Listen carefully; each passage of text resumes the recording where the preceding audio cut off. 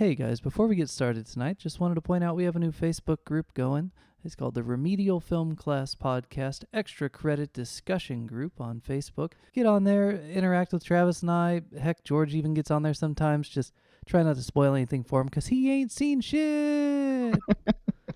We ain't seen shit. But we've seen some shit, and we'd like to talk about it. Plus, you can make fun of me when I forget stuff, or you can suggest new impressions for Travis. And heck, you could even tell us what movies to show George. Just, we'll get to them. It'll be fun. I guess the guys don't want to add anything to that discussion. Oh, you were doing so well. I mean, I'm pretty good. You're fantastic. Yeah, break our stones on there. Definitely size break our 14 stones. dick. I have about a size 14. It's as big as the knife I carried around on Halloween. I think we're up to like 22 inches at that point. Like John Holmes. I couldn't even tuck it. Yeah, you could tuck it, but then you could lean back way far. And sit. It's my tripod. So anyway, check out the group. It'll be fun. See you guys there.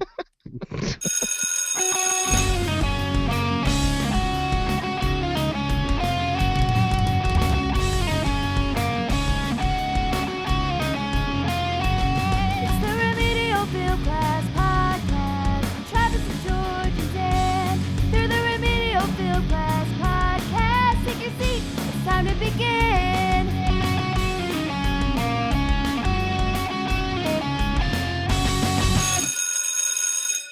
So welcome to this episode of Remedial Film Class Podcast. I'm your host, Jame Gumb. No. This week we are going to be watching a movie that is near and dear to my heart, would be Silence of the Lambs. And it's not The Silence of the Lambs, it's Silence of the Lambs. So, George, what do you know about Silence of the Lambs? So George, Dan here. I'm glad Bill's gone. He's scary. Yeah. I'm always afraid he's going to skin me and hump me, and maybe not in that order. That's funny. So, George, you've probably heard of Silence of the Lambs. You've been putting up with the Buffalo Bill impression for going on 6 months now. Yeah. What else, besides... What else do you know about Silence of the Lambs? I know a few things. Mostly... From memes, right? Yeah, mostly from memes. I know that the kind of like the killer, I guess, I know that he's odd, and I know that he's killing women for their skin. I know that. And he's trying to make a costume or something. Or suit. I don't know. I know that Hannibal Lecter is in this movie. But I don't know what role he plays in it. So really, it sounds like you probably learned more about this movie from Travis and I referencing it in the Psycho episode, the Chainsaw episode, the Halloween episode, the Friday the 13th episodes at least twice, and the countless Buffalo Bill impressions, more so than even the memes. Yeah, I think, in fact, I'm pretty sure Travis thought I had already seen it. And so... Yeah, I probably would have kept that in the closet if I didn't know. But I've seen it like a little bit here and there, like scenes here and there, like like the tuck scene I've seen, or maybe I've just seen a picture of it. I don't know. But yeah, I have like a vague understanding of what's going on. I've never seen it. I've never watched it. The only thing I would think that you had reference to was probably some of the Halloween decorations we had done in the past. For the party? For the party that... Oh, geez. It's just Travis tucked for all the guests. Yeah. No, there's no Buffalo Bill in it. It's just, we did a Hannibal Lecter scene, the cell scene. Yeah, they turned like a corner of, or kind of like a laundry room, like an off the side of the basement kind of room into the cell. Right. And then we had a sound chip motion sensor, so when you got close to the glass, he would say, "Closer, please. Closer." I mean, that's pretty cool. About it. Yeah, it was it. And it was plexiglass. It was we were into detail when we did that. It wasn't hokey. Was that before you had kids? Yes. That sounds like a before you had kids kind of thing. Yeah, we used to do like 14 or 15 14 or 15 scenes, and people would come to the party and they would spend the night like posing in the picture, posing in the scenes and taking pictures and doing whatever. So we enjoyed it. So I think that's one of the references he might have of Hannibal Lecter. Yeah, definitely. The mask. Mm-hmm. Yeah. Plus, it's so iconic. So it's one of those things you can't really run from. That's why I was shocked when he said he didn't have any idea about Psycho. I was like, wait, what? So to have reference here, it's understandable. I have a little bit. Well, I am excited to hear what you have to say, but I think before we talk anymore, we probably ought to make you watch the damn thing. So let's get to work. So George, we did it.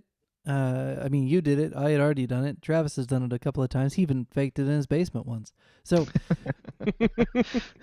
what are your initial impressions of the movie, which is not the Silence of the Lambs, allegedly, it's just Silence of the Lambs? I think it is the Silence. It has to be, right? Yeah. I mean, for the dialogue to work out. I think on the DVD I definitely saw a "the" on it. But it's neither here nor there. Some articulate material on the front. Is that what we're saying? Yes. Because "the" is an article. Is that why you said that? Yeah. Okay, great. It didn't go over my head. I don't know completely. that articulate I had to verify though. can be used in that way, but I'm going for it. And I think It's I'll an allow it. So, All right, so great. there. So what did I think of the movie? Yeah, man. Masterpiece. Boom. Good night. I I actually watched it with him, so I because I wanted to. It's funny because I know he wants to react and he wants to say things, but I don't want him to. But I know he's enjoying it, just because. How could you not? Yeah, I almost don't like watching movies with Travis. Right before we did the podcast, because while I'm watching it, I'm thinking, I want to comment on it, but I just need to save it. Yeah.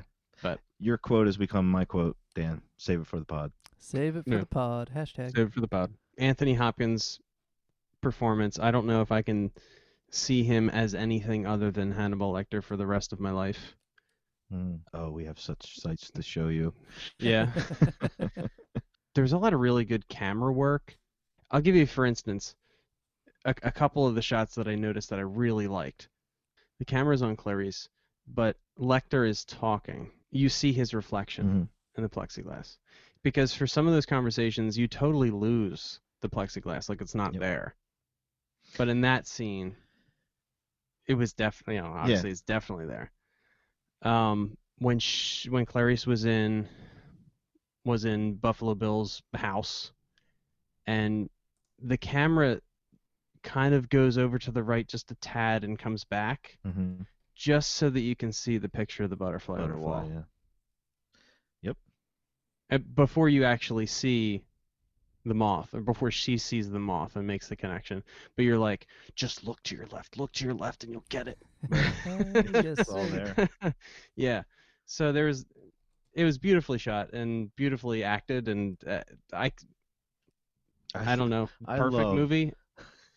I know you'll probably talk about it later, but because you brought that scene up, when he finds his card and says, "Here's the number," and she's like, "Can I use your phone?" and his laugh is like, that's gonna ring the phone in my kitchen. Like, just that laugh, like, "Yes, you can use my phone," and it's like he's laughing because I'm giving you my number, and that's the phone you're gonna be using.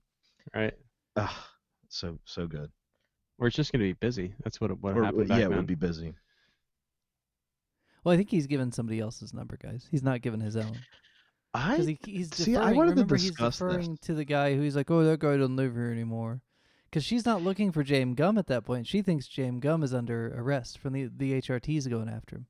Right. So she's under the impression that she's just helping out, finding other people that might be related. So when he says, "Oh, the people that used to live here don't anymore, but I have their number," she's legit thinking, "Okay, I'm going to get somebody else." She is. Now, this would be a great conversation because I've always thought, since I've seen this movie, I've always thought that he is Jack Gordon, Jame Gumb. Or no, the man, he assumed his not his identity, but he's Mrs. Lippman's son. So that's his house. That's his mom's house. That Precious is his mom's dog. His mom is his influence, Mrs. Lippman, who Frederic worked for. So I think that Jack Gordon, I don't know what his first name would be, but Lippman, that's his mother. So when he says she doesn't live here anymore, he knows she's dead. And he says Mrs. Lippman had a son. He's talking about himself. That's what I always thought. And when he went to get that phone number, that was the house line.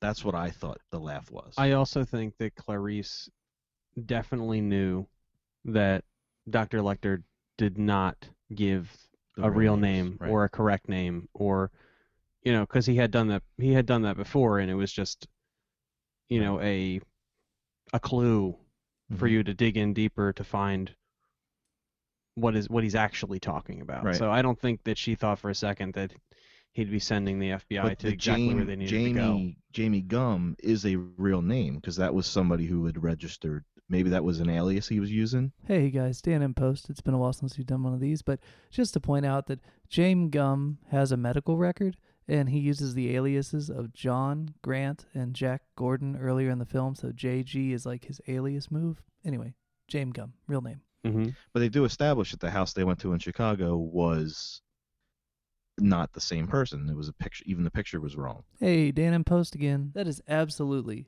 a picture of Ted Levine that Crawford is carrying on that C-130 when they're flying to get him. So anyway, back to the show. But would they establish the whole he covets what he sees every day? You have to assume that Jack Gordon grew up or at least lived there and knew Frederic. Yes. And when the woman in the diner says that Frederic used to do work for Mrs. Lippman, and then she goes to Lippman's house and he says Mrs. Lippman had a son, and to me, I think he is Mrs. Lippman's son. What do you think of that? What do you think about that, Dan?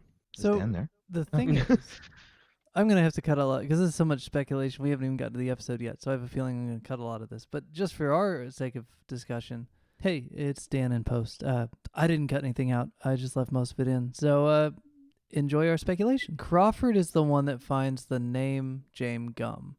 Lecter doesn't give it to him, and he finds it because of cross-referencing Hopkins and the other hospitals for rejected sex change operations.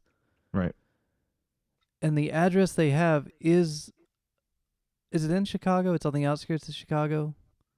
So yes. the HRT is deploying to Chicago to where Jame Gumb is registered, but that guy, Jame Gumb, the killer guy, is operating out of that house, but that's not a house that he owns. See, I don't know that it's ever properly established his relationship with the lady that used to own that house, except that you assume, I think, from the pictures found in the girl's bedroom, that it's probably him that was taking the pictures. So they obviously have a relationship, and it may be somewhat related to his interaction with Mrs. Lippman, but I don't think you have enough there to say that he's any more related to Mrs. Lippman, because he also at some point has to be mobile enough to attract Dr. Lecter's attention, and he's working on the East Coast, isn't he? Lecter was in Baltimore. Yeah. So he's in Baltimore. He's hooking up with the dude that he kills. But isn't Gordon Gumb, whatever, I don't even know what name he actually is. Don't they establish that he was in Baltimore for, I guess, to seek getting a reassignment surgery, and that was one of the places where he went. Well, I guess you do have some overlap there, because Johns Hopkins is it in Baltimore? Same but area. He also Same had a region. relationship with the head that they found in the jar. They were lovers, apparently. So I mean, I just think there's a lot of meat here. Maybe it's in the book. I'll have to read. I kind of wonder if it's just left open so that you have enough to assume it's good, but not, it's not so well defined that you can like draw a line from one to the other. You can't complete the timeline maybe, but it's nothing conflicts, you know? So it's not a bad timeline, it's just incomplete. It's just so well written, and I know the writer is a playwright, Hey, it's Dan in Post again. He was a journalist, but I mean, words matter, I guess. So almost every line means something, uh, it- and a lot of that would be throwaway if he wasn't Mrs. Lippman's son. It didn't seem like cover up because he didn't really know she was onto him per se. So why would he even lie? He just said, well, no, he did lie. He said Mrs. Lippman doesn't live here anymore. I bought the house 2 years ago. Clearly, that was a lie because you would have to hold up in that house for a long time to have that kind of dungeon situation. That house looked lived in for a long time. So I don't know. I'm gonna stick to my guns. I'm gonna say I think that we're gonna have to call Thomas Harris and be like, "Hey, Tommy H, I got questions." because it also has a connection to Norman Bates and Norman Bates' relationship with his mother. And then I heard an interview by Ted Levine a long time ago, probably about 10 years ago, and he talks about how his character, his behavior is it's effeminate because he's kind of channeling how he thinks his mother would be doing. Like that dog is his mother's dog, the way he talks to the dog, Precious. Like he just kind of talks to the dog in the way a woman would. He's not. He established very early that that was his take on the character. That he was almost channeling his mother, just like Norman Bates does. Hmm. So again, I've always made that connection. I could be completely wrong, but I'm gonna go to my. I don't grave. think that that's an unfair assumption. I think that you do have to take some assumptions to get there, but I don't think it's unlikely. It might be there in the words. I don't know that it Yeah, I violates don't know. any.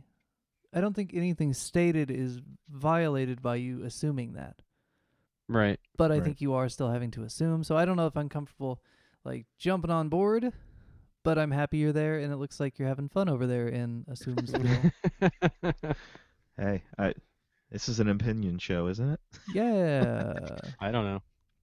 Well, then I guess we can just jump right in based on that conversation. Obviously, there's serial killer references, like the What? real life serial killers. What are you talking? No, Yes, this can't real be life. based on real life.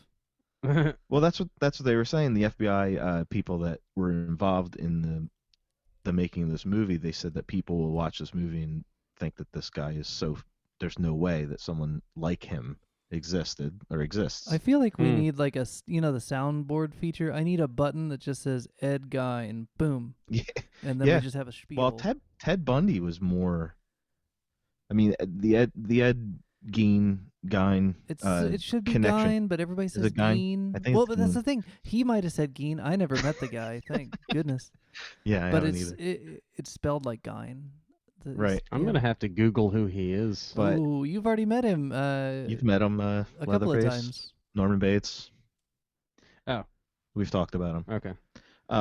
But the Ted Bundy aspect, I think, with the whole wearing the cast and acting like, almost like a victim or somebody who's submissive to get the unsuspecting woman close enough, Mm-hmm. and he would use the cast to club them over the head, and he would, Yeah. he Gotcha. was a very normal-looking guy, Mm-hmm. so he really didn't have to do much to entice. He was a good-looking guy. Mm-hmm. But- I mean, I wouldn't hit it. No, I wouldn't either. I'm just But he was known to be. saying, like- Some of the women said he was charming. Well, that's the same Yeah. women that think Well, Michael maybe he Myers was is funny. hot. Like, I don't know that we can listen to everybody on this.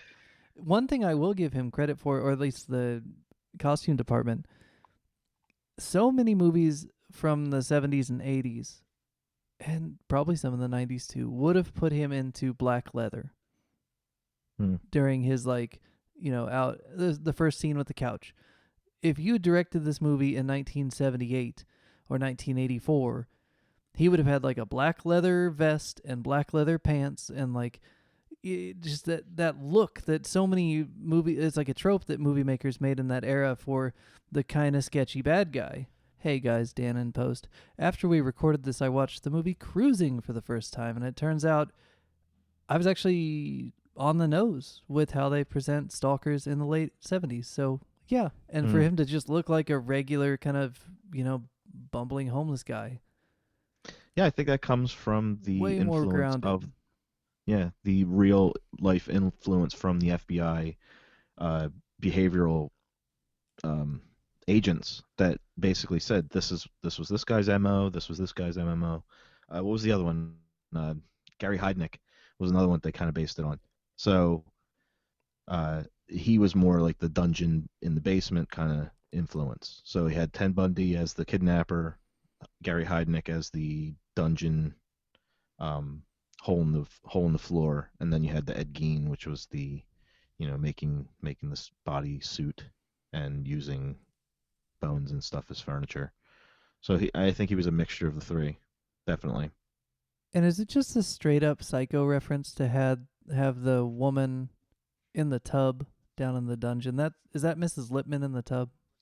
His mother figure? That might be his mother. Yeah. Because it's so decayed, and yeah, they're finding bodies that he's leaving of the other women. But why would he keep one? It's got to be her, right? Like, Yeah. so you've got mother in the basement. She's just in a tub instead of. Well, the reference I got. it was almost like Phenomena. Ooh, it was a little bit like the pool full of. There's a maggots few and things about skulls. this movie that was very Phenomena. Ooh, go on. The rock music in the background Yeah. when she was in the house. Yep. It was almost not out of place, but was like you have the dog barking, you have the girl screaming, you have this loud music. It's just chaos. And the first thing I thought of was Phenomena. Is that this movie's shower scene? Maybe. Ooh, interesting. Maybe. It definitely wasn't the cross-eyed bug guy. Yeah, he was Is that a cool. trope? That was my connection to Phenomena for the. I mean, yeah, I Okay. guess they do have a lot of bugs. Guys, look at me accidentally delivering Phenomena just on time. But yeah, you're right. Lots of bugs. Lots of bugs. Very cool. So yeah, I mean, that's what I would say about the. I think in the 90s, I remember there was a big obsession with, and there might still be, an obsession with the serial killers. Like people were collecting stuff. They were visiting their graves. They were like celebrities in a weird way. I don't know if it was the whole goth movement or whatever, but there was a lot of people that were doing that. And part of it has to do with Texas Chainsaw Massacre. And a lot of horror movie fans were Yeah. following these Yeah. guys. If anyone's out there doing that, don't. I mean, I'm not going to judge how you live, but It's a big market. I know a lot of people like collect letters that were written by Ted Bundy, and like there's it's a weird culture out there. So one thing that I don't know if you guys caught, because it's pretty obscure and kind of tangentially related, but we're talking about who Ted Levine's character is based on, old Jame Gumb. Hannibal the Cannibal. I'm not too familiar with my cannibal serial killers. Who is the one that used to eat guys? Jeffrey Dahmer. Jeffrey Dahmer. So Jeffrey Dahmer, Yeah. of course, eats people, but I don't remember him being like particularly like educated or cool or chill or anything. Right. So there's an exaggeration. But one reference, I don't know. So guys, she's talking to Hannibal Lecter in his cell, and his first drawing he shows her is Florence, right? Mm-hmm. Now, are you familiar with the Monster of Florence? I'm not. No. It's an unsolved case. Just a guy slashing up ladies, kind of Jack the Ripper style, in the 70s and 80s in Florence, Italy. Was that the one where there was like catacombs built in the house, and the people were getting lured to this house and then just never getting out? No. This is like literally in the 70s and 80s, and there's just women getting chopped up Jack the Ripper style. It's really graphic and horrible. If you want to read about it, don't. But the movie, I mean, they're very intentionally putting him in Florence in the 80s. So like, oh, maybe Hannibal Lecter's also the Monster of Florence, and so that's kind of fun. Interesting. Very like in there for the the deep Italian murderer fans. I don't know. It's a very unique group, but whatever choice they were making, I love the choice to make him who he was. Like, it makes him so much scarier. to have that psychological. I mean, he's cutting you up psychologically first. Mm-hmm. So to me, that's pretty awesome. You don't want to be analyzed like that by somebody who could just, I don't know, it almost drive you mad, like he does with Mig. Like he could totally drive you mad just by talking to you. Right, and that's what Clarice was warned about. Right. In the beginning. And you see him do it constantly. So like he does it with her, she doesn't buy into it. But then he does it to the senator, Mm-hmm. and she totally buys into it. Yeah. And nothing he said is true. But he totally drove her to the edge. So I have a problem. Do you guys want to hear about my problem? Sure. No. I do have one problem with this movie, so when we do get to that. Okay. Well, this is just a general complaint. I don't like that his name is Hannibal and that he's a cannibal. Mm. I don't like it. It's too on the nose. Too forced. Like, if he was Hannibal Lecter and there were rumors he was a cannibal, but he wasn't actually a cannibal, I'd be like, it's kind of a catchy nickname because it rhymes. But for them to be like, his name's Hannibal and he eats people, I'm like, man, you lost me a little bit. Yeah. It's really kind of irrelevant that he's a cannibal, though. Like that really wasn't necessary in the story, other than the fact that it just adds to the fear factor. It really does nothing for the character. His true horror is his mind f that he does, and then he'll bite your face off if you get too close. But I think the cannibal thing really doesn't matter.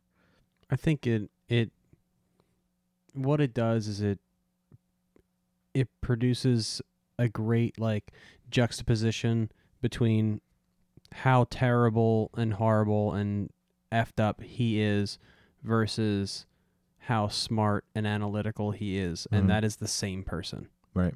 So, like when Clarice first went in there and the warden, whatever his name was, he showed her the picture of what he did to the nurse that leaned over him. Mm-hmm. It just adds to the terror of and adds to the danger. Yes. Yeah. And then, and then he pointed out that, his heart rate would never went above 85. Like he did it cool as a cucumber. It's funny. I found a quote from Hopkins, basically talking about what you said. He said that first scene where they come to the glass and he's standing there and he just looks like he couldn't hurt a fly.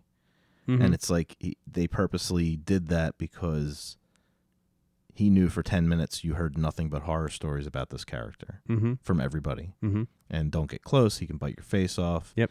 His heart rate won't go up. Look what he did here. They couldn't even reattach the tongue. Like all these different things. Mm-hmm. And then you see this guy and he looks like, a high school professor. I mean, to be fair, he did eat the tongue, which makes it awful hard to reattach. I guess that's the one time it really comes in handy that he's a cannibal. Right. But he said, always play the opposite of what the audience expects. And it makes it all the more scary. That's what he said. So that's how he played it. Because Demi asked him, do this or that. He goes, well, where do you want me to be? And he said, I don't know. Do you want to sit? Do you want to do this? And he's like, I want to stand right dead center. I just want to stand there. And that was his idea. Yeah. And it's like iconic when she comes to the glass and he's just standing there. Can I ask a serious question? Am I supposed to like Hannibal? I am supposed to like him, right? It kind of has that same feel as like a Marvel villain where he has so many levels. Like you almost feel for him. Like at the end, but you shouldn't. At the end, I'm like, yeah, eat that guy. Yeah. He was a dick. Yeah. I don't know.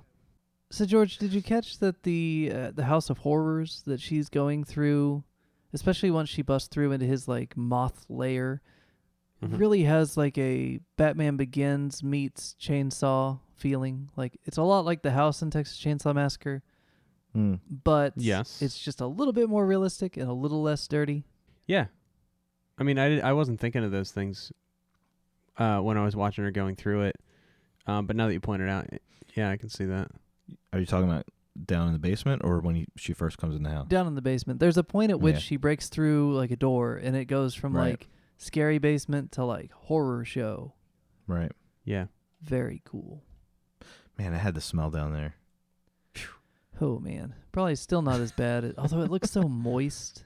Just Yeah. ugh, yuck. But whatever. So funny that this is directed by the guy that did Caged Heat. And Married to the Mob. I mean, Wow. good job, Jonathan Demme. You did good. Freaking killed it. How about the? I guess it wasn't really an autopsy, but when in the funeral home, when they bring the body in the bag, and they open it up. You smelled it. Yeah. You smelled it. Yeah. Yeah. And That's good acting. And Clarice starts, taking her notes and describing the things, Mhm. and all I could think of was what I'm imagining is way worse than Mhm. what they could show me here. It was- Just like the stabs from Psycho. Yep. And Well, heck, like You the know, a bunch of picture other of the things. nurse who got her face all jacked up. Like, you never have to Exactly, see it. yeah. And so it's way worse.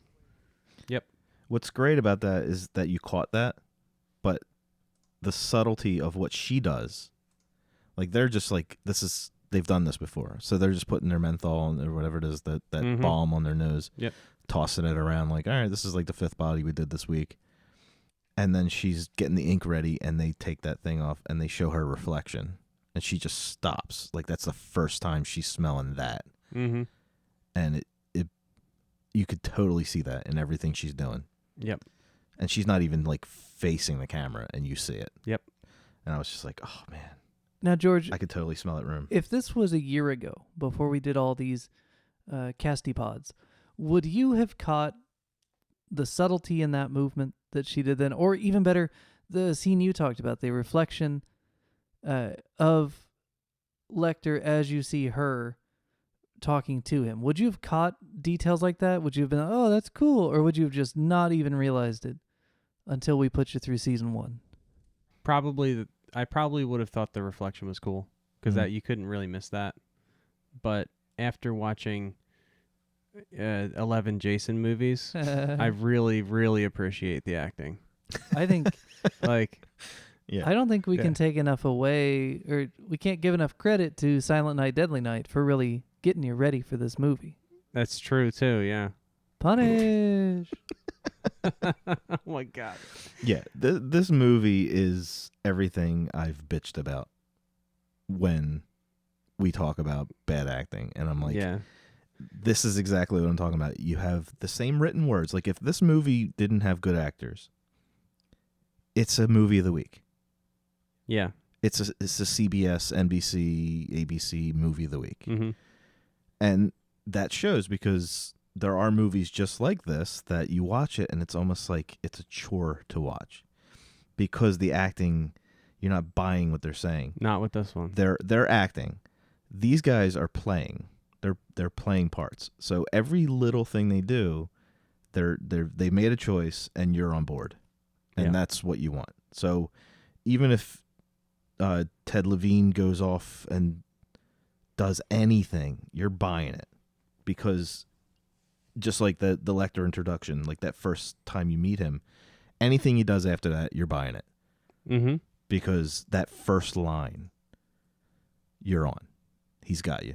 So to me, that's what I've always complained about movies with bad actings, where I'm just like, oh my God, that's so bad. It's such a great line, and they threw it away. This movie, there's not one line thrown away. No, and I want to bring up his escape from his cell, too. Did you figure out it was him at all? No, you know what I thought? This is what I really appreciated. The pen, right? Mm. So obviously he steals the pen, and you think that he's going to F somebody up with a pen. He doesn't do that. Mm-mm. Not at all. He takes a little teeny tiny piece of it that he can hide in his mouth so that he can get his cuffs off, you know? Mm-hmm. Okay, so that's beautiful. Didn't see that coming from the pen at all. And then obviously you don't realize it until whoever He sets up. the officer, no, when the officer on top of the elevator Mhm. falls down, that's when you realize that that Hannibal's not there anymore, and there's only 3 people involved in that situation. One of them's dead, the other one's on top of an elevator. The guy they just took out is Hannibal, Mm-hmm. and he just took the other guy's face. That was, yeah. It's like, What's funny is when you watch it again, because you will. Dan and Post, we all rewatched this movie after we recorded. We were all so enamored with it. I watched it with my wife, Travis, George. We all watched it at least one more time after this. You'll notice the actor they picked to play Pemry looks like yeah, Hannibal. He looks just like Anthony Hopkins, but with more hair.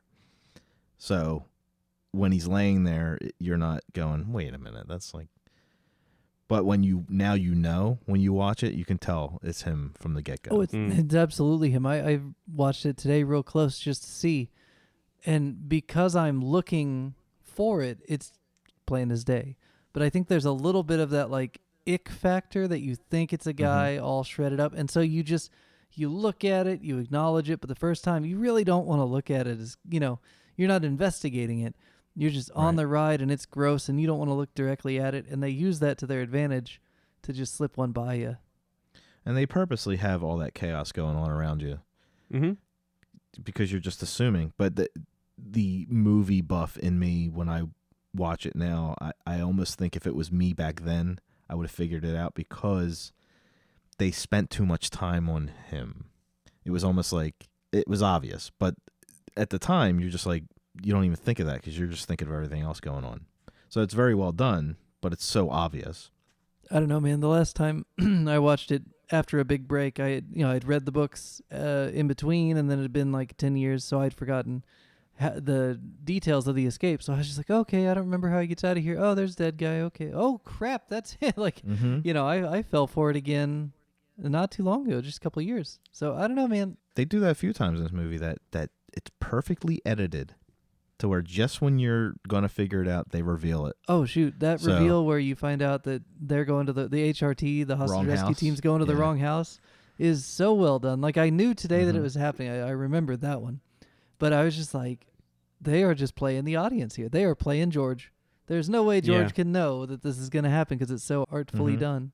Yeah, even with down to the doorbell. Yeah. Like, it's perfect. How'd you do with that, George? Did they get you? I had no idea. So good. Yeah, it was good. It's a gag that's been done many times, but I think they might have been one of the first ones of our generation that has done that to where it really wouldn't have been given away.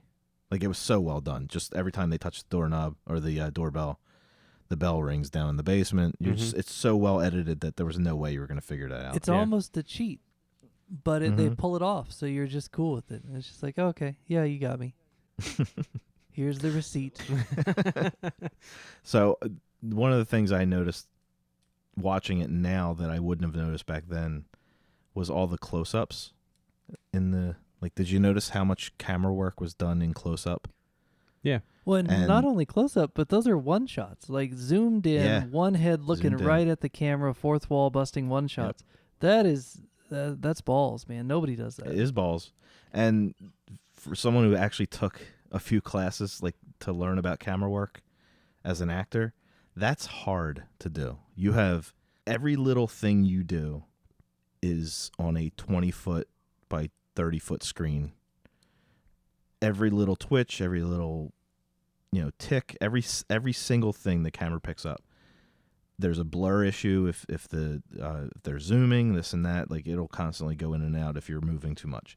So when they film those close-ups, you have to basically not do any body acting at all.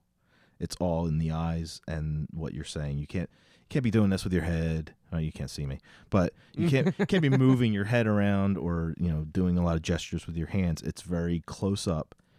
All your acting is in the words you're saying and in your eyes. You're really not doing those performances on the night, are you? Nope, you're not doing it for the guy in the back of the room. No.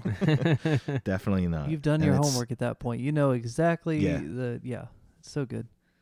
So when you see him, like that last scene when they're in the jail, they're in the room and he's trying to get her to wrap up her story about the lambs. just every close up with him, and I sat and marveled at it. Just and her too, like the two of them are it's like just a beautiful volley back and forth, and they're both just close up, like you said, breaking the fourth wall. You're not supposed to look at the camera, but this movie, everybody's looking at the camera, and it's like you said, it's perfection. It's a masterpiece. Yeah, I love the title of this movie now. I had no idea, obviously, what Silence of the Lambs had to do with anything until they started talking about why she left the ranch in Montana. Mm-hmm. And why she's fighting so hard to find this girl. Oh my God. It's I don't know. Just everything about this movie's perfect. Well, and so one thing that I just love, and it just, the whole movie, you're thinking, why do we have Precious? Mm-hmm. Why do we have this annoying, fluffy, dumb dog? Maybe that's just me. I'm more of a hound guy. Don't like the fluffy dogs. But here's the thing. That image when Clarice looks down into the pit and the girl she's trying to save is holding this very lamb-looking dog. Mm-hmm. It's just like, framed within a frame within a frame. Just a perfect moment. Yep. Just so good. So then I like Precious again. She's worth it. It makes a lot more sense than having a pet lamb, Yeah. Yeah. I think Precious kind of plays a bigger part than we all thought. Like, I never thought about the fact that usually that's the kind of dog a girl has. That's a woman dog. Not necessarily. Kind of is. Dude, Nicely groomed, like a puffball. My neighbor, that obviously, goes to the gym every day and is, 6'4" and, 300 pounds of muscle, has a dog like that. It's his girlfriend's dog. You haven't seen him tuck. Haven't seen him tuck. I don't know. It just kind of plays into my theory that dog is his mother's dog.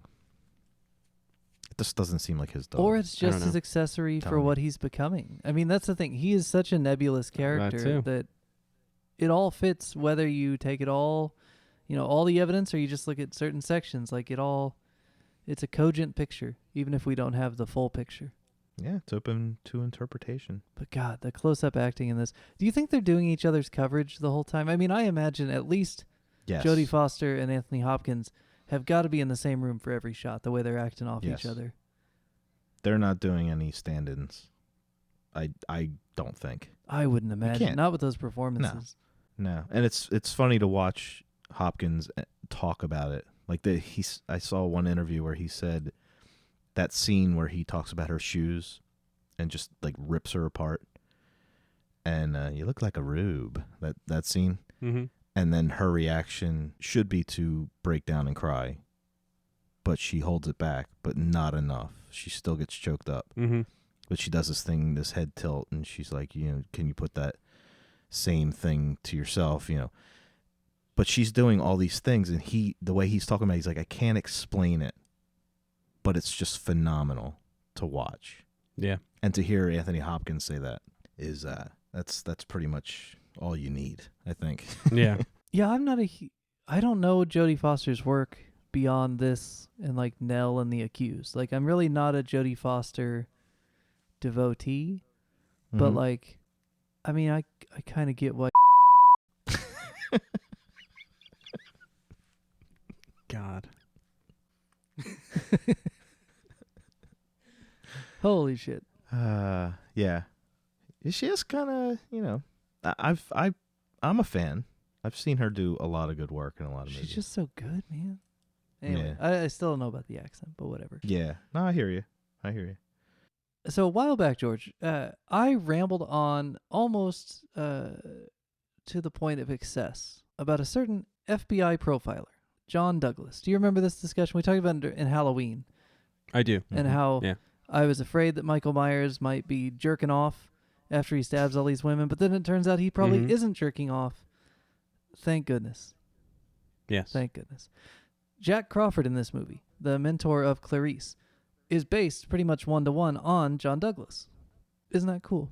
Wait, who is who? So the guy in Jack the movie... Crawford is her boss. Yeah, the guy who sends Clarice in to Hannibal Lecter's confidence, essentially. Yes. He, the character Jack Crawford, is the head of behavioral science at the FBI Academy. So like the guy that wrote the book. He's directly based on John Douglas, the guy that wrote the book.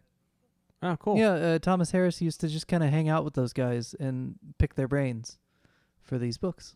Oh, cool. So it all comes full circle. Nice. And luckily, none of these guys jerked off on any of the dead ladies. That's true. That we know of. I mean, So I guess Miggs was one of those types of killers then. Oh, God. I would watch a full movie on who Miggs was. I don't know.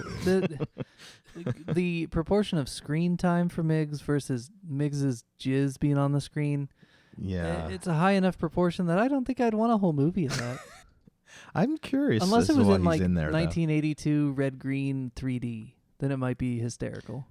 You're not the least bit curious of why Miggs is in there? I Come on. I think I've got a pretty I think I know why good he's in idea. Yeah. I mean, that's maximum security. What's he doing to other people if that's what he's doing to himself? What I want to know is why he doesn't have plexiglass. Because it seems like he Yeah, was pretty right? adept at the fling. Yeah. It was blood, right? That's what he said it was. If I made a movie based on anyone in that jail, it'd be Barney. Barney seemed Barney, like super yes. likable, kind of a chill dude. Like, what's his home life Mhm. like that he can like balance it with this horrible life? Like, there's your meat. I want to know what that guy's all Yes. about. And you could totally connect him to almost every horror movie. Like, what other serial killers came through there? Oh my God, the I would do that stories he movie. could tell you. That would be very interesting, I think. Let's get Rob Zombie on the phone. Oh jeez. Have him make the He's- Miggs movie. Barney seems like the kind of guy that would treat everyone with like their human dignity. Hmm. You know, no matter if they're serial killers or whatever they did. You have to imagine Well, him yeah. and Lecter get along, but him and Miggs probably don't. Right. Yeah, because he even says, like, when his face is being squished by that cage and he's talking to his psychiatrist, he says something to Barney when he leaves the room, is very respectful. Yeah. So, yeah, they did have a good relationship. I'd be curious to see that. Prequel. I mean, they Hopkins already still did alive? one. Yeah, I know, but Barney's not in it.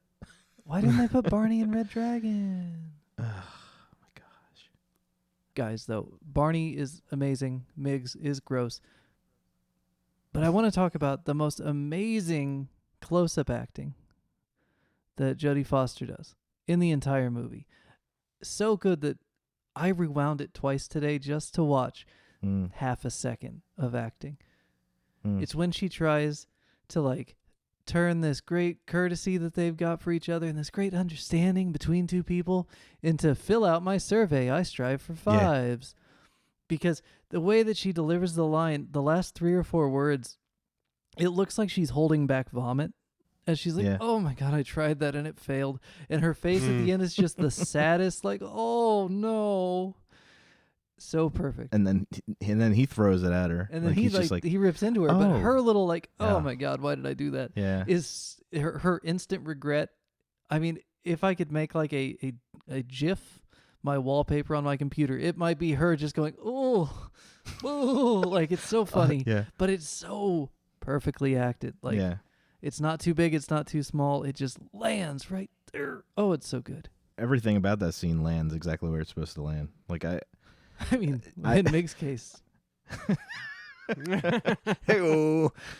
Yeah, that God. when George actually acquires this DVD, that will be 2 scenes that you will wear out your DVD watching. Yeah. Like, they are. There's what's the old quote about the VHSs at the rentals? You know, you can always find the nude scenes in the VHSs because it starts getting the tracking's a little off because people rented them, and they keep rewinding and fast forwarding, rewinding to that rewatching Basic Instinct and all that stuff. Yeah. You can find the part in the movie that everybody keeps watching. That's the way that those scenes, like, I would watch those 2-3 times a day. That, to me, if I were just bored, I would just pop that DVD in and watch those 2 scenes. Anything with Lecter, and the fact that he's only in it for like 14 minutes total, or 18 minutes total, is just, it's the best 18 minutes ever. Yeah, It's that's almost, what she said. I don't know, I would watch it over and over again. Let's pop it in right now. I really did. When I I finished could. it, I almost turned around and watched it again, just because the first time I was taking notes and kind of analyzing what I wanted to think about during tonight's episode, and I kind of just wanted to watch it for fun again, so I might do that Yeah. tomorrow. What the heck? Why not? Maybe do a three in a row. You know, do a little Manhunter, follow it up with a little Silence, follow it up with Red Dragon because I don't like Hannibal. What's that? Hannibal's not that good. Red Dragon's good stuff. Manhunter, man, so good. Is it? I actually have seen Red Dragon. Oh, really? Okay. Yeah, Huh. I have seen it. So And that's you're why- familiar with my yeah. favorite joke in the entire saga, which is the Billy Rubin joke. So good. Billy Rubin. Remind me. So in this movie, and it almost kind of cheapens it a little bit because if you've read the books, it's almost like formulaic at this point that at some point in the story, Hannibal Lecter gives a fake name and makes Chilton look like a fucking asshole. Mm. Because in Red Mhm. Dragon, he does that the first time. If you don't know about that, though, it's so good that he makes Chilton look like such an asshole in this movie. But Mm. the joke is Mm. better in Red Dragon because he tells him the name is Billy Rubin. And so he gets out on the news and he's like, I know that the killer's name is Billy Rubin. And it turns out if he was an actual doctor, like he proclaims to He be, would know he'd know that's- that Billy Rubin is a chemical that makes your poop turn brown. Right. So he's out there like, I don't know biology. Also, I just said the guy's name is Poop. That's funny. That's really good. And then in this one, it's just, oh, his name is Fool's Gold. Okay. Eh, That's funny. eh. So because I watched the first one, Which is the actually, first one, or the prequel rather. yeah, they made it Mm. after Hannibal. Yeah, as Weird. soon as the mortician, I guess, pulls the chrysalis out of the girl's throat, I immediately just thought transformation. Mm. Oh, that's interesting.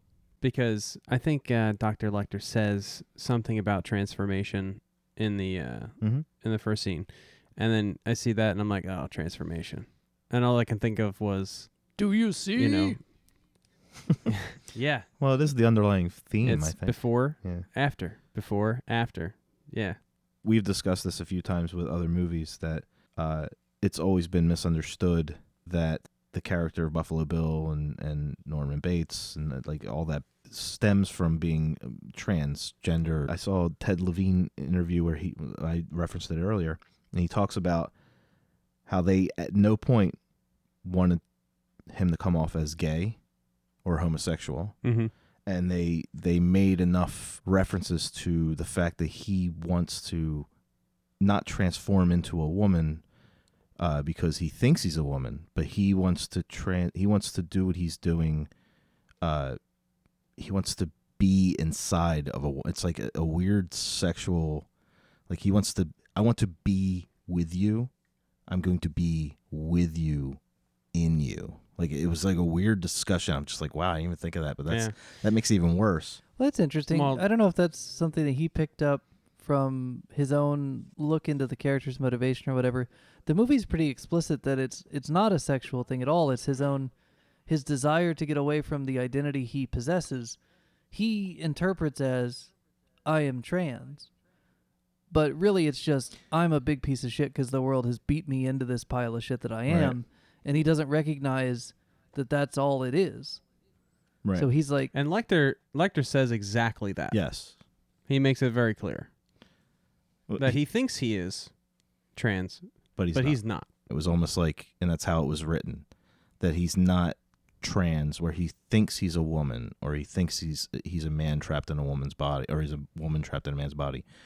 He's not transsexual. He's not transvestite. He is almost mocking of, like, he's hetero. He's into the women. He's into women. That's how they explained it. But it's almost like his connection to his mother. Like they do all these psychological things where it makes it look like he wants to be a woman, but he's not. He doesn't want to be a woman. He wants to portray what it means to be a woman or something. I don't know how they explain it, but it has nothing to do with being trans. Okay. In their mind, how they were. I'm not saying it in my opinion. That's what they were saying. Yeah. it's trying harder than Psycho, but it's definitely doing the same kind of work as Psycho, which is to make a distinct point that this is not some kind of, anti-trans, anti-gay Right. thing. Right.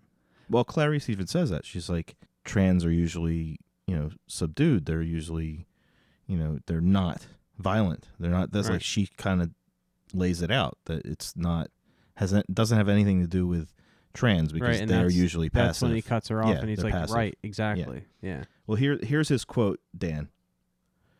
He said, I want you. This is Ted Levine. I want you. I want to skin you, then crawl inside you. That's how he quoted it. He wants to crawl in. He wants the woman. He wants to be inside her, but in a weird way. That's crazy. That makes it even. It's creepy as shit, man. Yeah, I wonder how much of that he got from the writers and how much of that is just character study to try to get him to the point of that character. Because, that's like two different elements to the character. What they give you and what's in the script, and then also what you need in your own head to get you where you need to go. In that Ted Levine interview, he mentioned that during his character study, he, how you would go and you would hang out with people that are of that character. So he hung out with drag performers and trans people, and he said that it's not. After hanging out, he basically came to the conclusion that it was not necessary because it wasn't the same. It wasn't needed. Because what he was playing was something completely different than what he read on the page. I like it. Yeah, I like that a lot. I was kind of shocked that he put so much into it because it looks like he kind of plays it on face value, but he seemed to have a lot of insight. He actually said after doing and saying some of his lines, he felt like icky, like he had to, like yeah. He seemed like a nice guy, and it's like you look at him, he's just totally engrossed in that part. Well, I think which is the opposite. Isn't that exactly Hannibal what you Lecter. want, though? Right? You don't want it to look like he's putting in all this work. You don't want him to be Right. James Woods working at the Quickie Mart on The Simpsons and scraping the nacho cheese off while. But yeah, when it looks so effortless, but it is so horrifying. I mean, that's just doing your work and doing just the right amount. God, he's good. They're all good. I like how he refers to her in the It. ditch as it. Yeah. After Clarice is thinking when she's watching the newscast, oh, that's beautiful. That's so smart what they did. They're trying to get him to see her as a person. Mm. And then it cuts almost immediately or like a couple minutes later to that. It puts the lotion on its skin. It puts the lotion in the bucket, or it Go does watch that this. scene again. It's like, There's so much going on there. Like when he first starts talking, he's like, it puts the lotion on its skin. It does this when it was told, or it gets the hose again. Like he's just totally just. But then you watch him slowly go deeper and deeper. Like when she starts crying, he gets choked up, yeah. and you almost. I mean, you don't feel for him, but it's almost like you think she's making a breakthrough. Yes. And then he's like, put the fucking lotion in the basket. And you're like, okay, we're back. Yeah, he's... Yep. And then he starts making fun of her, and he's like, oh, which we referenced in Texas Chainsaw when they were screaming. Mm-hmm. And I never made the connection. But yeah, when he starts that lower lip quiver, I'm like, oh my God. Like, he's just... So good. There's so many good choices. It's the Oscar version, the Oscar-worthy version of Right. Texas Chainsaw Massacre, right? You move it Yeah. from Leatherface to leather wig. But that wig is so subtle, you can't really, unless you're looking for it, you don't really notice it's a scalp. I saw it. Like, they purposely did it so it's not obnoxious, so you're just like, oh my God, it's a scalp. No, I noticed You had it. to kind of look, I noticed the seam right by his eye. which is, again, good filmmaking. They make him do his eye makeup, Mm-hmm. and that's how you see the fleshy part of the Yes. wig, where the wide shot when he's dancing in front of the camera, it just looks like a wig. Yes. So if you missed it when he's putting his eye makeup on, then you just think it's a wig. Yes. And also the attention is on the eye makeup, right? Or at least it's supposed to be. Excellent camera work in this movie. Oh Yeah. my God, yes. Hey guys, you know what? if I was a cop, and don't hold this against me if I do become a cop eventually, once they need more cops. But if I was a cop, I'd pull over every full-size van I saw. Just see how things are going. Stop and frisk. Yeah, I hear you. Because that opening bit with him and the senator's daughter, you're like, hey, yeah, he looks, I mean, like I was saying earlier, he doesn't look too out of place for an apartment parking lot. He's acting convincingly hobbled but friendly and normal-ish for that kind of situation. But then you realize, oh, but he's got a full-size van, and I never would have gone near a full-size van. I tell my kids all the time about that, keeping that guard up. And what's funny is I watched this with my 15-year-old, and as soon as that happened, I said, it takes a second. Yeah. That's it. It just takes a second. That you let your guard down. They already know what they're going to do. If you don't assume that creepo is going to put you in the back of that van, and she voluntarily climbs into that van, I've always said, like, The Lovely Bones and this movie are two movies that I would totally make every one of my kids watch at an early age. Because it does. It just takes 1 second and one stupid decision. She got in the van. Yeah. She was too agreeable. Well, she was probably raised that way. I know that her gut was telling her not to, but she did it anyway because she felt like it would be insulting not to. Right. When she plays it Which, so again, well in the parking lot. These things that we're talking about are not said. Mm-mm. Like even that character in that scene was acting so well. Yeah, just her little hesitation before she even asks if he needs help. Her face does all the work. Yep. She basically says in that face, this guy might be a killer, but let me ask him if he needs help. Yeah. Yeah. I might regret this, but... Yeah, she should have went with her instinct, and she didn't. And that's what a lot of the victims, like I think the 2 or 3 people that got away from Ted Bundy and were, lived to tell the tale, that's what they said. Like, he's so charming. In hindsight, yeah, the flags were there, but in the moment, you don't think of it because he just looks like, See, now, your uncle. If this had taken place in New Jersey, we definitely would have just minded our own business. There's 5 guys on my block right now putting couches in their vans. And I'm not volunteering. And I'm not going to help any of them. We're just going to mind our own business. Help me get this couch in my van. Yeah. No. No, Jame Gumb, go away. Not today. It's hard to lift a lot of weight with a tuck going. Oh, God. What's funny is you couldn't really tell he even had a cast when she first stopped to see him carrying the couch. You can't see the cast. Yeah, you really didn't see it until she approached him. But it does give good explanatory power as to why he can't lift the thing up as she gets closer. Like, I think you're supposed to be experiencing that as she is, too. So your guard goes down like, oh, yeah, look, he's got a cast. Mm-hmm. Just as Now, she would that would scene have have felt. played... Would that play different for you if they didn't give that little segue? What little segue? The mentioning of, I think Lecter says, our Billy might be finding his next victim right now. So it kind of gives you like that heads up, this is Billy. Like if they would have not... I knew if they not did the away. night vision, like just a little bit of editing where they just show her come home, this guy's doing the couch, you're not really as sure right away that's like they tell you flat out this is the guy. Yeah. If they didn't do that, would you have been a little more shocked when he punched her in the face? No, because it was a full-size van. The first couple times I watched this, I always thought that opening bit with the night vision was so unnecessary. 80s.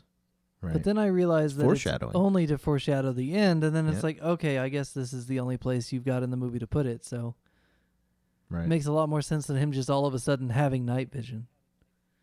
So, okay, fine. I'll buy it. It's a perfect movie. Fine. It's a compromise I'm willing to make. So I never saw Manhunter Oh, you should check out Manhunter. It's good.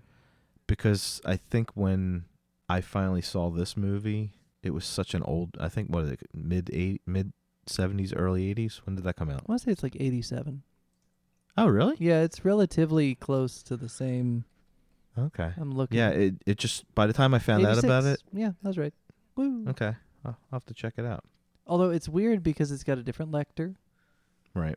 But what's crazy is Brian Cox, who plays Lecter in Manhunter, him and Anthony Hopkins will trade off some stage roles. Like they get cast in the same stuff, alternating casts and stuff. It's the two of the guys, they're very much on the same level. Although I think obviously for the tentpole history of the character, we're all going to go with Hopkins, but Brian Cox does a very serviceable job. It's a good flick. I'll check it out. And there's lots of good St. Louis in that. So if you are a Missourian, like certain people I know, you can be like, hey, I've been to that airport. St. Louis isn't as cool as Kansas City, but okay. Well, I was excited to find out they filmed this movie in Pittsburgh. I didn't even know that. I thought they shot in D.C. and in Ohio, but it was all Pittsburgh and D.C. Yeah, that Quantico stuff is just they literally That's just legit. walking through Quantico with a 35mm camera, which is fun. Yeah, they got the full run of the place for a couple days. They were excited about that. They said they even went through a lot of the offices of the what do they call that division? Behavioral science? Behavioral science. They went to the real offices and they said, you could see the pictures of the cases, the open cases on the walls and everything, and they said that was all legit. Everything in the movie they saw for real. It would have been funny. I kind of chuckled today when they show the close-up of the bulletin board in Crawford's office. If some art director put a picture of that infamous Sasquatch where he's walking away. Yeah. I was like, man, that would be so funny if somebody put that up in the corner with all those black and white 8x10s, and you just see, oh, that was Sasquatch. Not unlike the Batman suspects in The Dark Knight. Right. But yeah, check out Manhunter, man. It's Yeah, one I of those will. movies that I think at the time, I was a baby, so I don't know how it went over in the theaters, but growing up in the 90s, we didn't talk about Manhunter. We only talked about Silence of the Lambs. But then Right. it's had kind of a rediscovery, I think, as we've gotten some distance from how good Silence of the Lambs is to really appreciate, it's as good as Red Dragon. Okay. I mean, it's the same See, fucking 86, movie. I was but too busy watching the 80s movies that I didn't even think to watch. I mean, I had already seen Silence when I was old enough. I didn't think to go back and watch Manhunter. I was like, well, I got this Lecter. Because they said that Lecter in that movie is only in it for 6 minutes or whatever, right? Yeah, he doesn't. only one scene. They don't have a whole ton of him. He's not as involved as he is here. The thing is, it's a Michael Mann movie. Are you a Michael Mann fan, Travis? Yeah. Here's my problem with Michael Mann movies. I don't know if you back me up on this, but this has always been my experience. I enjoy watching them. They go by quick. And a week later, I couldn't tell you anything that happened in them. They just don't stick with me. I've seen, a dozen of his movies, and there are Right. some that are all-time favorites. People love Heat, right? Yeah. I can tell you two things that happen in Heat. Manhunter's one that I have to watch it, and I'll be like, oh, yeah, I remember these parts. These are good movies. But, I don't know, for whatever reason, they don't, it gets in there, and it just goes right back out. Right. It's in, it's out, it's cool, but it just doesn't stick around like this movie does, where, I'm quoting it by accident all the time. For whatever reason, Manhunter just doesn't as much. Whereas Right. at least Red Dragon, I always have my, do you see? That stuck with me pretty good. I'll tell you what, this is making me want to go watch it. I'll have to go check it out. Pretty good. Definitely. What about Hannibal? Are you guys Hannibal fans? I remember I think I was at the theater when that came out, and I was angry that they didn't get Jodie Foster. And I kind of was like, come on. Yeah. How do you not get Jodie Foster? Yeah, that's a big why miss. make the movie? It's a big old miss. But I mean, the Ray Liotta thing, I like Julianne Moore, but it just, I don't know. It didn't sit well with me. Did you ever read the book? No, I don't read. I had a period, I don't remember, I guess this would have been late high school or early college, and just kind of on a lark, I decided to read all of Thomas Harris's stuff. So I went all the way back to Black Sunday, which is fine. I liked it better when it was The Sum of All Fears, but I think Black Sunday did it first, so like whatever. But then yeah, Red Dragon, awesome. Silence of the Lambs, awesome. But the book Hannibal, I mean, you want to see what happens when an author gets a giant advance and a deadline? Because, I mean, the movie Hannibal at one point compresses like 5 different characters into one, and you don't even notice. Like even that character could probably be gone. Like, that book is bad. It's a stinker. It's a big old stinker. Yeah, it was forced. It's bloated, Definitely and forced. he's reaching for new versions of Buffalo Bill, edgy, kind of sexually provocative, scary things that it's that thing where like the first album from a band is really good because they've put so much work into it, and the second album is okay, pretty good, not as good as the first one, but like, yeah, it's still got the right, but then by the third album, the lead singer's wife is singing harmony, and then the band breaks up. Right. That was Hannibal. Right. Hannibal was the Weathered of the Thomas Harris books. So Suits ruined books and movies and music? They ruin everything. Suits ruin everything. I don't know if Suits ruined this one, though. I think Ego ruined it. Because I get the impression that once you've written Silence of the Lambs and you've won Oscars with a slasher movie, you can pretty much be like, hey, fuck you, editor. I'm going to have this character who doesn't need to be here because I'm Thomas Harris. And hopefully he's come back down from that. But really, I haven't read anything from him since that's been any good, so maybe not. Right. I think it also suffers from that whole sequel thing where they try to redo everything that was good in the first one, but then they kick it up like 4 or 5 notches because it was already acceptable. So they're like, oh, we'll just take chances. Kind of like, I call it the Jim Carrey syndrome, where it's like, okay, it worked the first time, so now we're going to do it. This one goes to 11. So everything is just, Austin Powers does the same thing where the first one is great, and then the second one is just like the first one almost frame by frame, but then it over-exaggerated. So I think with this Hannibal movie, they took Lecter, they took everything that everybody loved about him in the silence, but it never really connected, A, because Jodie Foster wasn't in the movie, so there's not that chemistry there. There's no familiar face.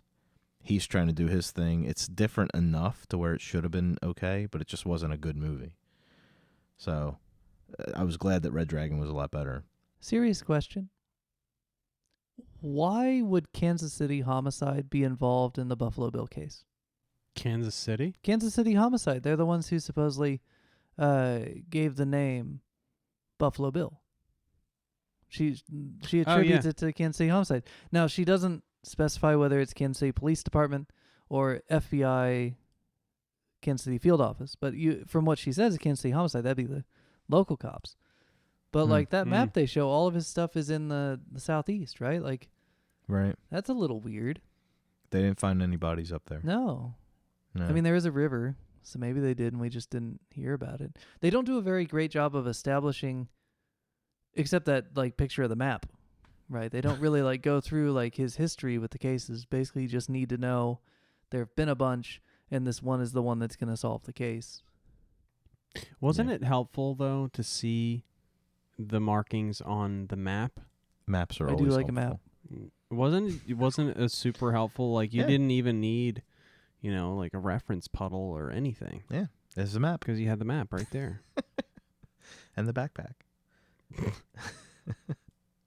Is anybody else as creeped out by Polaroids as I am? I grew up with them. It's nostalgia. Travis likes Polaroid. I don't know, man. Every time, it's creepy, of course, when you see the ones of the girl, the victim lady, clearly like at first. I do like the progression of the pictures though, because at first you're like, oh, she's just taking. Oh nope. Oh, she's definitely interacting with. Oh God, she knew that. Oh, this is Buffalo Bill taking those pictures. Like you have this like progression through that's really good. But even when the feds are using their Polaroids, I'm just like, oh, Polaroids are gross.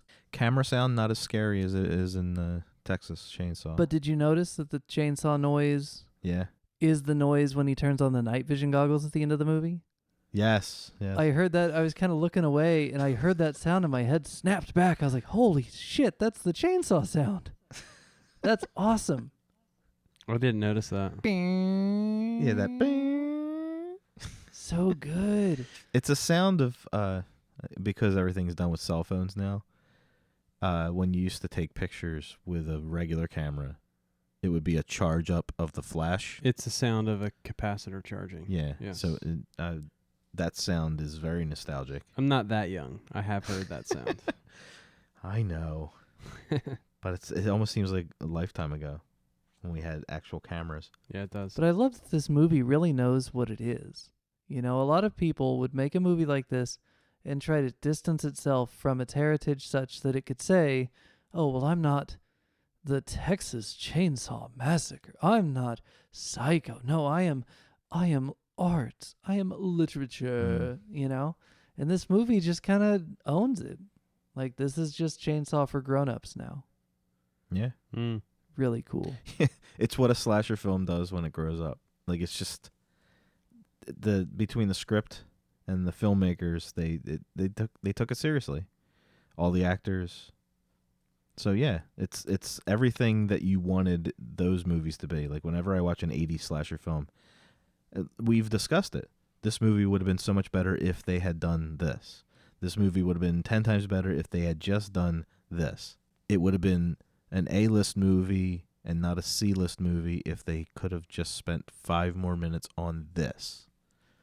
And that's what this movie is. Yeah, it this takes this every of that. movie is like it's like a slasher with multiple PhDs.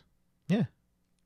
And I totally felt how quickly and easily this could have been a movie of the week type thing. Because I remember in the 80s growing up, you would watch those movies and you're like, oh my God, the story's cool, but it's just so bad. The execution's bad. Yeah, it's just so bad. So you're like, okay, this is a killer. He's stalking. He's going to do this. That poor girl is going to be his victim and whatever. But when you watch it in a movie of the week, you're just like, oh, this is terrible. But this movie takes that same formula. And like when I was telling your wife about this movie, because she's like, I don't know. And I said, no, it's a murder mystery. It's a cop film. It's forensics. It's all this stuff that is intelligent. It's not just a gore fest. There's not even a lot of gore in it. But whatever is gory is mostly the forensic stuff. Right. So it just keeps it smart, which makes it makes it highbrow, I guess. Like, this is just a highbrow slasher film. Yeah. With amazing quotes. I think I quote this movie more than I should. It's one that you don't even realize what you're doing. And then you're just like, Yeah. oh, that's a really Yeah. scary movie I don't need to be quoting in front of children. Like, I say to my kids all the time, I'm like, all good things to those who wait. And they have no idea what I'm talking about. But you don't know what pain is. You say that to your kid when they get hurt, and it's like they're belly aching about something. You know they didn't get hurt. And you're looking at them, you're like, look, you're fine. here, just rub Yeah. some lotion on it. Rub some lotion on it. Put it in the bucket. Put it in the basket. Like, all those things you say, and you probably shouldn't. But, I guess as long as you don't yell, put the fucking lotion in the basket, and you just say, put the lotion in the basket, you're good. I think this is as good a time as any to check in on the militarization of our police. This movie is amazing, we might have mentioned, but it's also really interesting because it falls right in the crux of the SWAT team development thing we've talked about in previous episodes, where, the 80s SWAT team, especially like the late 70s SWAT team, is literally blue pajamas and a shotgun, right? Mm. And then we talked about in RoboCop how at the time all these, get-ups that they were wearing looked super futuristic, but now they look quaint compared to what we actually have our police wearing. And so where on the timeline, do these movies fall? And this falls right at the beginning of like real deal SWAT teamification, man. You got MP5s, right? I mean, they're MP5Ks, so they're a little teeny, but they're kind of adorable. When the stock is as big as the gun, it's like a dog with big ears. Like, oh, his ears are a little big, but he can still do the job. Do you guys not talk in the pet voice to your guns like I do? No. Not yet. I guess that's just me. It puts the gun oil on its skin, or else it gets jammed again. But Yeah, Davey. you see the ridiculous, like, I mean, for today's standards, these really oversized vests that they only put on in like the last moment because they're so heavy they can't wear them all the time. Whereas now SWAT teams, you can wear that stuff all day, I guess. It's just interesting. Yeah. It's a quaint period where it's starting to get real, but we still don't quite know what we know now. It's fun to watch. I have to say that scene in this movie is the weakest link. That's where I actually sat there and I went, the cops. That whole scene, they looked like Keystone Cops. They didn't look like they did an ounce of training. Like I remember in 7 when they do the SWAT storm of the apartment and all that stuff, the movement, the tactical movement, all that stuff, you could tell they trained. Yeah, I noticed that too. But these cops, they looked like they were, I think they were playing it as cops that weren't prepared for this. I'm going to tell you, man, I don't know that what they're doing in this movie is that far off from what they would have been doing in 1992. No, I'm not talking about the SWAT team. I'm talking about the regular cops that were going up to the suite room where the cell was. Like, just the way they were holding their guns. Like, I always look at people holding, is their finger on the trigger? Are they holding it correctly? They didn't look like they had any gun training. That's how I felt. But then I thought, okay, the SWAT team looks a lot better. Maybe those cops were playing it like, okay, we're not prepared to deal with this, so they're just scared. Because I think Clarice did the same thing towards the end. Like the whole movie, they showed her training and this and that, and they showed her at the target range, and she was a lot quicker than everybody else on the draw, and she was accurate, and she was stoic, and she wasn't flustered. But then at the end of the movie, she was completely like shaking the gun. She wasn't. She wasn't showing any of that. So I don't know if they purposely did it. Did you notice that that Gumb approached her from the same angle that she failed her? They're in the simulation or the SWAT. Yeah, they simulation. pay that off real nice. Yeah, that was good. I still don't know. Do you? I need to talk to a firearms expert, but the idea that she could, while on edge, but still not sure that he's in front of her, pull off a shot or two before he could, just based on the sound of his hammer clicking back, that part made me make a face. Yeah. A little bit. Okay. I said the same thing. I'm a firearms expert here. Oh, okay. Do you get a theme song? I'm far from it.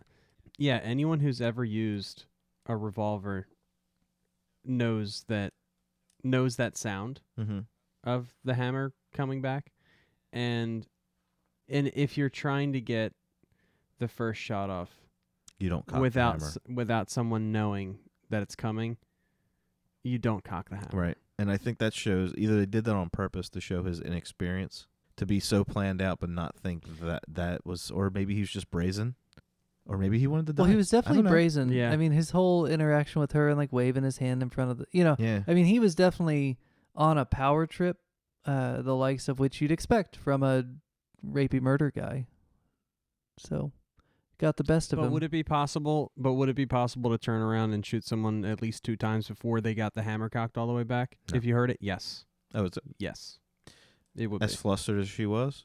Yes. Because they even show her when she's pulling those 6 rounds. It's point blank. It's right there. Right, but when she's clicking the 6 rounds off, she's squinting. She's not as stoic as she is in the middle of the movie where she's doing target practice, where they show her shoot the target in the chest. So that was great foreshadowing, but then when it actually happened, she was just flustered. Yeah. It's and perfect. To me, that was strange. No, see, that's perfect. But it's her in the moment. This isn't a simulation. It's just like the thing with the faces she makes when they open the body bag up, right? Yeah. She is ready. She is trained. She has done all the classroom stuff. But the real world is just so much more intense. Yeah, it tracks, I got that. man. I think I was thinking the same thing you were. As soon as I saw him trying to reach out to her face, I was buying it. I bought into all that. And then when he cocked the hammer, I'm like, yeah, no. He either A, wants to die, or B, he just doesn't think she's a good shot. Or maybe Freudianly, he's not very comfortable using his weapon. That's possible. He's awkward using the Yeah. old weapon. You think about it though. You watch what you're saying. If he wanted to be tactical about it, he could have gotten on the side of her and then cocked the hammer on the other side of her head to make her turn, and then he would have had her. Yeah. Right? If he wanted to be tactical about it. So I didn't even think of that. I What? just thought that they what you said, Travis, like maybe he wanted to die, Right. or maybe Dan said that. I don't know, but I did think when I was watching that scene, I thought, is he gonna cock the hammer back? Like that's just gonna give him away. And that's kind of like you would never do that. Yeah, it's kind of like when you were in school and you heard someone say, "Yeah, you want to fight? Come on, let's fight. Come on." That's the person that wants to get pulled back. Right, exactly. Usually the person that wants to fight, you're on the ground and they already hit you 3 times. I didn't even think of that. But then Yeah. again, I don't know. Did he? I don't think he wanted to die. I think he wanted to scare the shit out of her is what he wanted It's to possible. do. I don't know. How to get, unwieldy is the trigger pull on, what is that, like a 44 Magnum? It's some big-ass gun. That's a BA gun, yes. So I don't know enough about, revolvers aren't my thing, so I don't really know. It looked like the same kind of gun that like Dirty Harry has. Yeah, the 44 like a 357 Magnum. Magnum or something, 44 Magnum. Someone's gonna chime in and tell us what kind of gun that was. That's why we have the Facebook group, guys. We gotta talk over to the about discussion the page. guns. Actually, if we had just like a regular feature on that group of people talking about guns and movies, I'm there for it. so many guns in movies. Well, and just the usage many. varies so much, and it's fun to just it's fun to watch how good the technical advisors execute their plan, how good the training is. Does the boot camp work for the actors? I mean, you've got your Delta forces on one side, you got your Black Hawk Downs on the other side. I mean, there's a wide range of firearm usage in movies I like to talk about. There's a whole series of videos on YouTube of like real like Chris Kyle type people, like real snipers analyzing guns in movies. So go look those up. They're pretty It's cool. going to mess up my browser history, but all right. Whatever.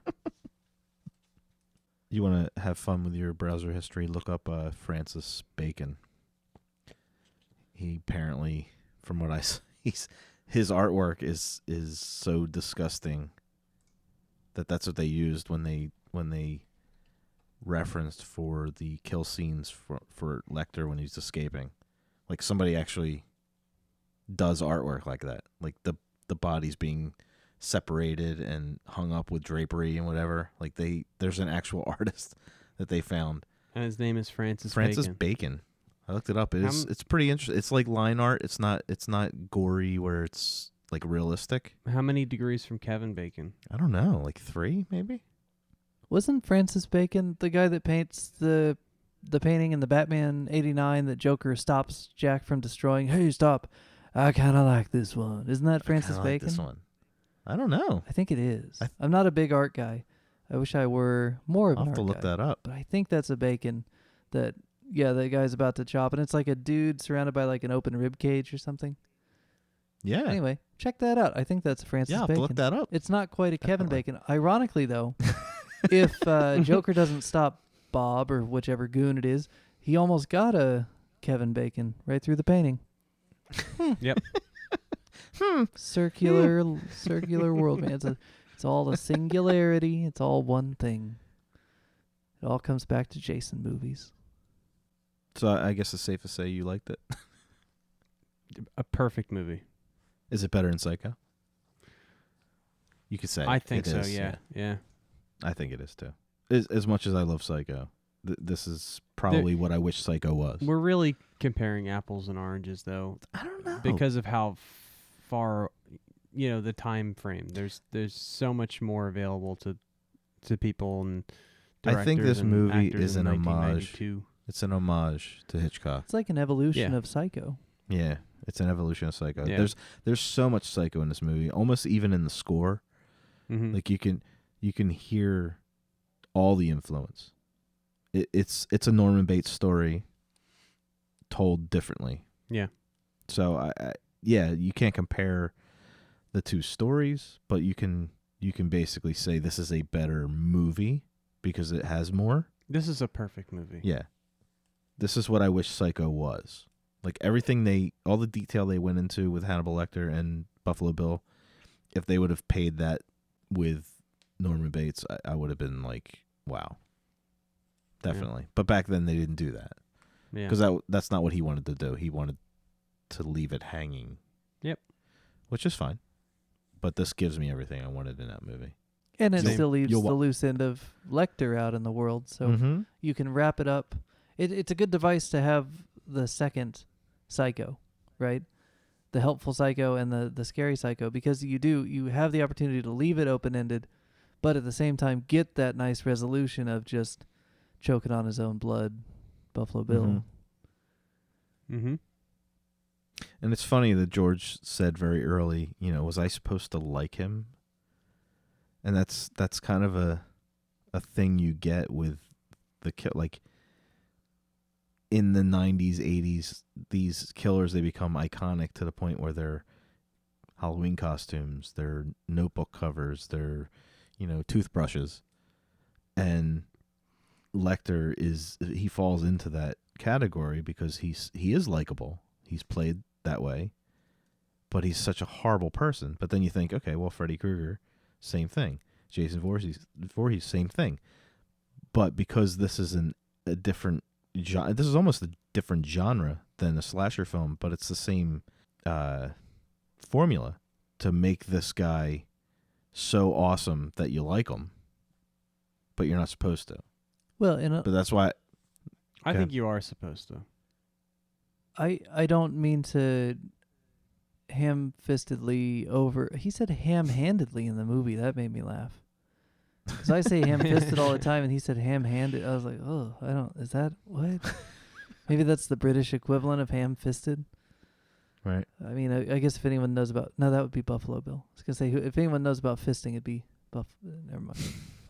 Here's the thing. I really think that the Hannibal Lecter guy, and this is going to seem like I'm really stretching the metaphor a little bit, but I think it's a moth to flame situation. Like, you want to get close because he's so interesting, but if you touch him, you catch fire. Yeah. Yes. I believe that. But I think that has less to do with the writing and more to do with the acting. Yeah. Yeah, he's a lot more approachable in this than Brian Cox is in Manhunter. But also, this Lecter fucks, and the other one doesn't. Like it's the dynamic, the difference in dynamic of William Peterson being the FBI go-between, or Jodie Foster, right? Like there's definitely a dynamic there of his own kind of predation that you need a female character to bring out. So I'm interested to see what George thinks if he watches Red Dragon again or the original Manhunter, just to see, without the sexual element, is Hannibal Lecter as interesting? I don't know. See, I never even took him as...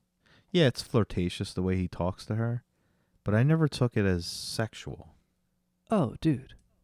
But now, I see what you're saying, but it's, to me, it was kind of an underlying thing. I didn't really see it as a sexual tension between them two. See, now... I think maybe he fell in love with her, because when he says, to know you outside in the real world would be, a treat or whatever it is he says. But I didn't take that as he wanted to bang her. I don't know, man. For every bit of Buffalo Bill wanting to literally live inside of women, I get the impression that Hannibal Lecter is getting his jollies by, like, getting inside of Clarice's mind. Like, just for fun. Like, for his own entertainment, he's literally getting inside of her mind. See, I read it differently. Like when he says when she finally finishes her story and he's like, thank you, Claire. Like it was almost like she gave him an opportunity to be a psychiatrist again. Maybe. That's the way I was reading it. But also, maybe he was just in there long enough and now he's done. Hey-o. Okay. I mean, seriously, I don't know. It's gross. You could definitely not cut that. Yeah, I might not. I don't know. But I mean, I yeah, think it's a legit. I mean it. I'm not just fucking around, but Yeah. but it's so they do gross. it well enough to where I guess it could be played in different ways. I would be interested to find out from the screenwriter and Anthony Hopkins to find out if that was even discussed, if he had any attraction to her other than the fact that she gave him a lot of she played along with the head games that he was so good at. Yeah. And she actually was able to checkmate him a few times. And I think she was a worthy adversary to him, and I think he respected her way more than he respected Crawford, because Crawford, he was very passive. He didn't really go up against him like she did. So I think he respected her way more than he respected Crawford. I don't know. I didn't see it as sexual tension, but I could be wrong. But then how much weight did they put on that handshake at graduation between her and Crawford? Yes, they definitely played up that. I mean, they because that was that awkward silence where it was like, are we supposed to hug or kiss? they or go what's for going on that, here? and it's like the whole time she's been kind of like, no, Crawford's not into me, and Lecter's like, oh, he's totally into you, and there's that. It's a lot.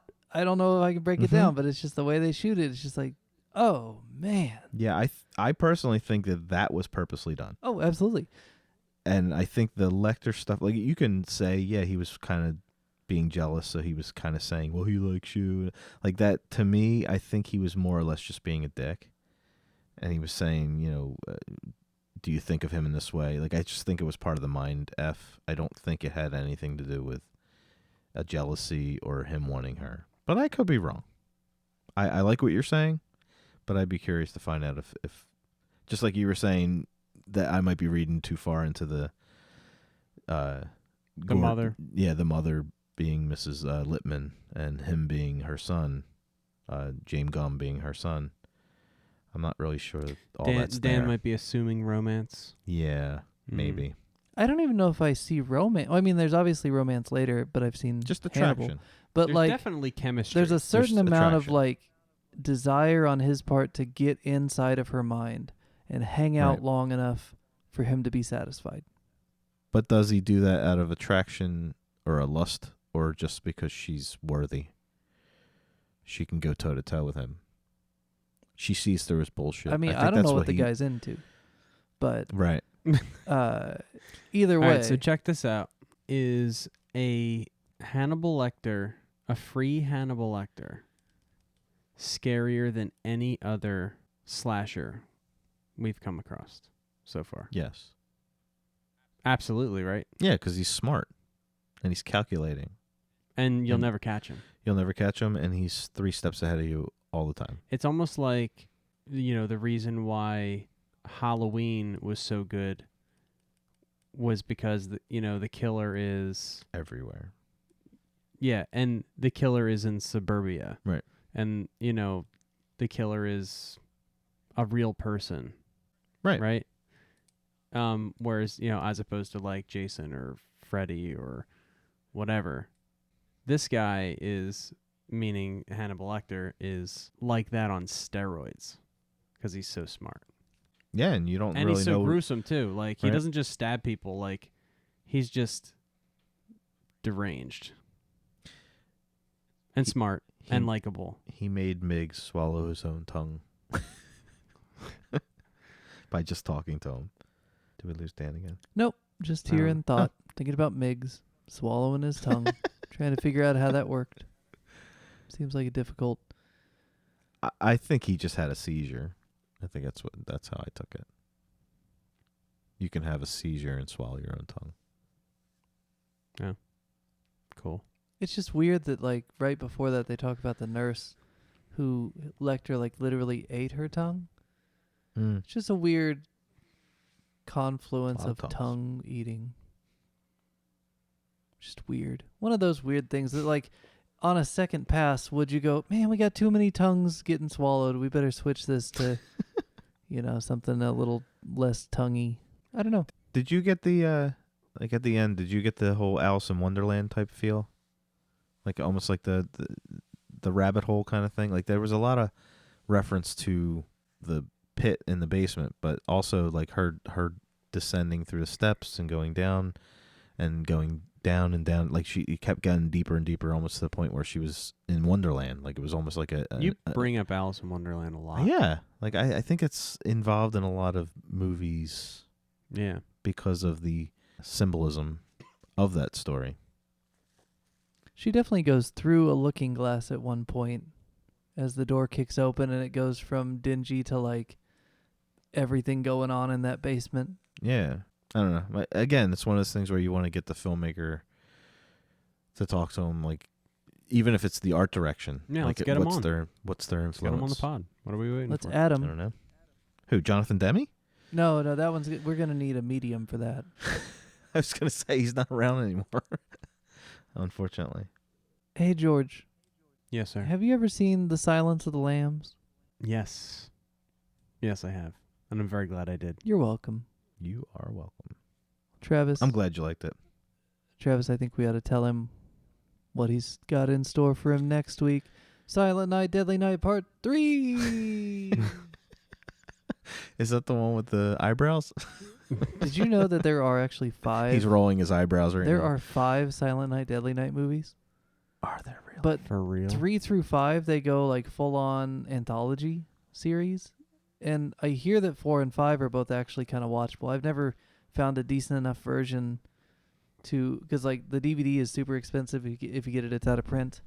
So I've never watched the 3 through 5, but I hear that 4 and 5 are actually kind of watchable, silly Christmas slashers. Well, that sounds like something that we should definitely go Garbage Day. Garbage. after. What kind of gun was that?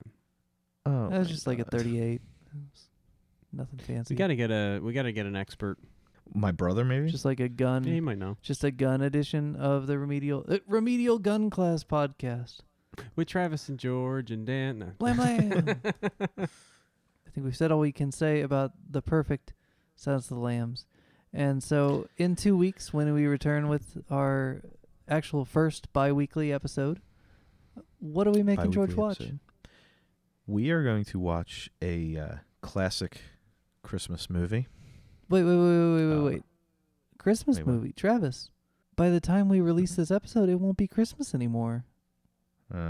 This better be an evergreen forget it. movie. Ooh, evergreen. debatable. That's like a double entendre. Ew. Ew. Ugh. So, George, do you know who John McClane is? No, Okay. I know the name. I've heard the name before. You've heard the name? Yeah. Have you ever seen Die Hard? No, I have not. We are going to Die Hard in 2 weeks. What? So, We're doing it. for the benefit doing of a our thing. listeners, we will be recording this episode prior to Christmas. And so George will be fully vested in the Christmas season. But by Yes. the time you guys hear it, it'll just be another action movie to watch as your New Year's hangover subsides, I guess, depending on where you are in the world when we launch our next episode. Well, I mean, it is a Christmas season. I was gonna It's say, not just a day. Isn't there some debate as to whether or not it's a Christmas movie? Yes, that's the joke. Well, Okay. you'll have to wait and see. Spoiler alert. Yeah. We're not going to spoil it for you.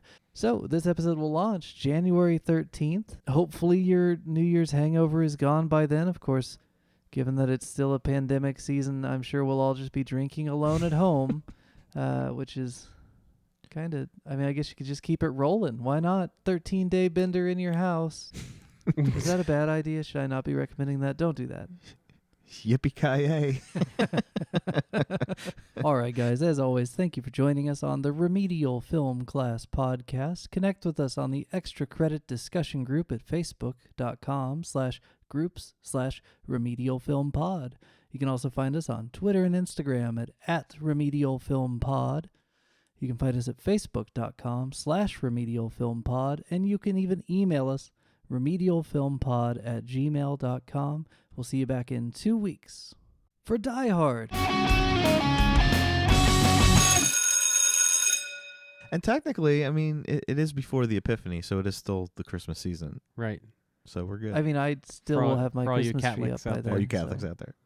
Wait, what's the Epiphany? What did you say, Dan? I don't know.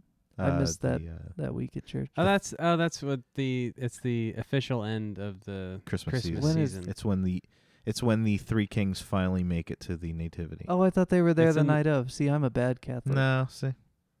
Yeah. They're always depicted that way, Dan, Yeah. but they didn't Oh. actually get there until like.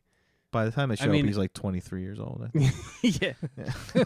Anyways, Yeah. No, it's not on the same night. no, it's the day that is celebrated. It's in the middle of January. Middle of So technically January. it's still So Christmas, we'll be so we're right good. around the Epiphany. So you'll get 3 wise men and a couple of And Germans Germans? and John McClane.